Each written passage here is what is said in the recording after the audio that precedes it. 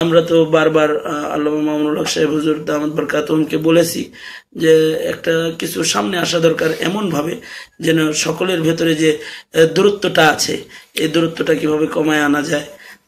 এটা যে কোনো একটা ইস্যুকে সামনে করে, একটা নাম সামনে করে, একটা আন্দোলন সামনে করে, একটা প্রেক্ষাপটকে সামনে করে অনেক সময় এগুলো আনা সহজ। পারবে না ইনশাআল্লাহ?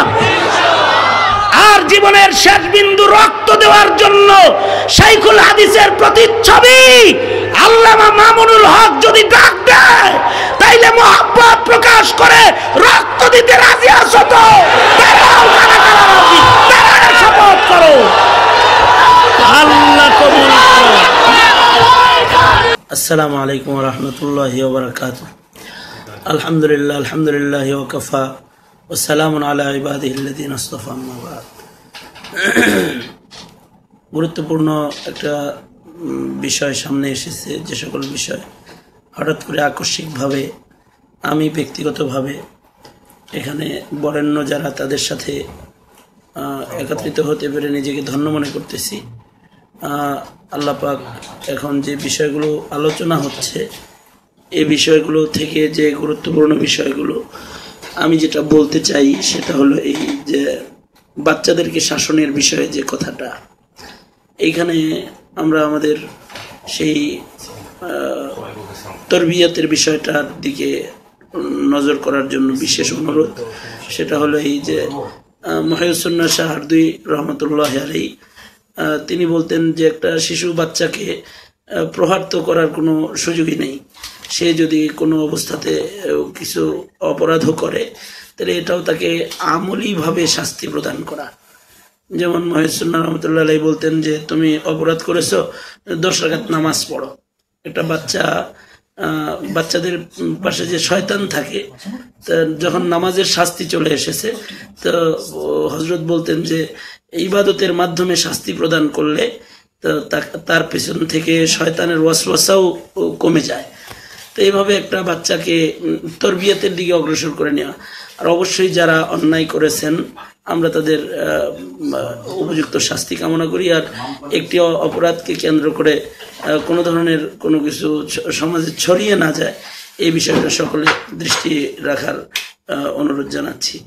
আর একই বিষয়ে আমাদের হাফিজ কোরআন যারা বিশ্ব বরেণ্য হাফিজ হিসেবে যারা সুনাম বয়ে এনেছে, ওদেরও তরবিয়তের বিষয়টা, বিশেষভাবে আদব শিক্ষা দেওয়ার বিষয়টা আমি বলবো যে ওরা যে অনেক বড় হয়ে গেছে এমন কোনো গর্ব, এমন কোনো অহংকার ওদের ভেতরে না আসে। ওদের তাওয়াজু ইনকিসারির বিষয় এবং আদবের যে প্রশিক্ষণগুলো, তরবিয়াতগুলো, এটা আমার মনে হয় যে সকল প্রাইভেট মাদ্রাসাগুলোতে আমরা যেমন ভালো মাশাক দিয়ে মশক করাই, এমন ভালো একজন তরবিয়তি আমলি মানুষ যার কথা ছাত্রদেরকে তাসির করে, এমন কিছু নসিহতের মাধ্যমে ওদেরকে আদব শিক্ষা দেওয়া দরকার। ওর আদব যখন নষ্ট হয়ে যায় তখন কিন্তু আদব হলো মানুষের যোগ্যতার সিঁড়ি। এই সিঁড়িগুলো যখন তার নষ্ট হয়ে যায় তখন দেখা যায় তার এই যে প্রতিভাটা, এই প্রতিভা তাকে সুপথে পরিচালিত না করে আদবের অভাবে সে কুপথে পরিচালিত হয়, অন্যায় পথে চলে যায়। তার শানিত একটা ভবিষ্যৎ যেটা, এটা বরবাদ হয়ে যায়। এই জন্যে ওদের বিষয়েও ওই তরবিয়তের বিষয়। আর সমসাময়িক যে সকল ইখতিলাফি বিষয়গুলো আছে এগুলোর ঊর্ধ্বে থেকে আমরা তো বারবার আল্লামা মামুনুল হক সাহেব হুজুর দামাত বরকাতুহুমকে বলেছি যে একটা কিছু সামনে আসা দরকার এমন ভাবে যেন সকলের ভেতরে যে দূরত্বটা আছে এই দূরত্বটা কিভাবে কমায় আনা যায়। এটা যে কোনো একটা ইস্যুকে সামনে করে, একটা নাম সামনে করে, একটা আন্দোলন সামনে করে, একটা প্রেক্ষাপটকে সামনে করে অনেক সময় এগুলো আনা সহজ, তবে আকস্মিকভাবে সকলকে একত্রিত করা কঠিন।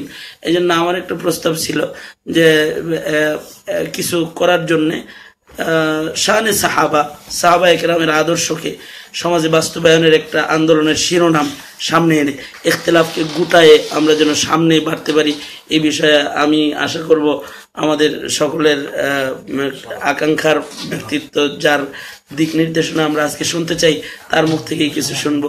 তেমন একটা পরিবেশে আমাকে কিছু বলতে যে আমি সুযোগ পেলাম, যারা বন্ধু বান্ধব যারা রয়েছেন, এই মুর্তজা হাসান ফয়জি সাহেব, রফি বিন মনির সাহেব, সাদি ভাই সহকারে, অলিউল্লাহ আরমান সহকারে আরও যারা আছে, সকলকে আন্তরিক মোবারকবাদ জানাই এবং সকলের এই সুস্থ চিন্তা জাতির সুস্থ বিবেকের কাছে গ্রহণযোগ্য হয়ে এটা বিকশিত হয়ে যাক, সকলের